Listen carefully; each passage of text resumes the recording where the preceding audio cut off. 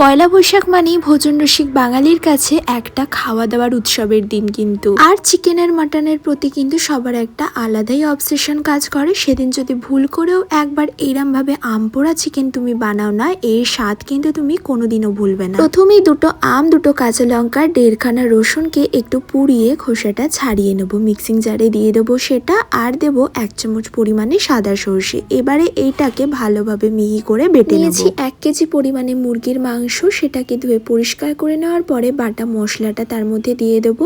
আর দেবো ধনের গুঁড়ো, হলুদ গুঁড়ো, সামান্য একটু জিরের গুঁড়ো, লাল লঙ্কার গুঁড়ো আর কাশ্মীরি লঙ্কার গুঁড়ো, পরিমাণ অনুযায়ী নুন, চিনি আর সামান্য একটু সর্ষের তেল দিয়ে এইবারে সবকিছু ভালোভাবে ম্যারিনেট করে কমপক্ষে 2 ঘন্টা রেস্টে রাখবো। এইবার কড়াইতে বেশ কিছুটা সর্ষের তেল গরম করে নিয়েছি আর দুটো পেঁয়াজকে কুচি করে দিয়ে লাল লাল করে ভেজে নেব। ভাজা হয়ে গেলে ম্যারিনেট করে রাখা চিকেনটা দিয়ে একটুখানি কষিয়ে নেব গ্যাসের ফ্লেমটা হাইতে রেখে। গ্যাসের ফ্লেমটা এবার লোতে রেখে ঢাকা দিয়ে ভালোভাবে চিকেনটা কষাতে হবে তেল ছাড়া অবধি। এইবারে মশলার বাটিটা ধুয়ে একটু জল দিয়ে দেবো, তার সাথে দেবো সামান্য একটু চিকেন মশলা।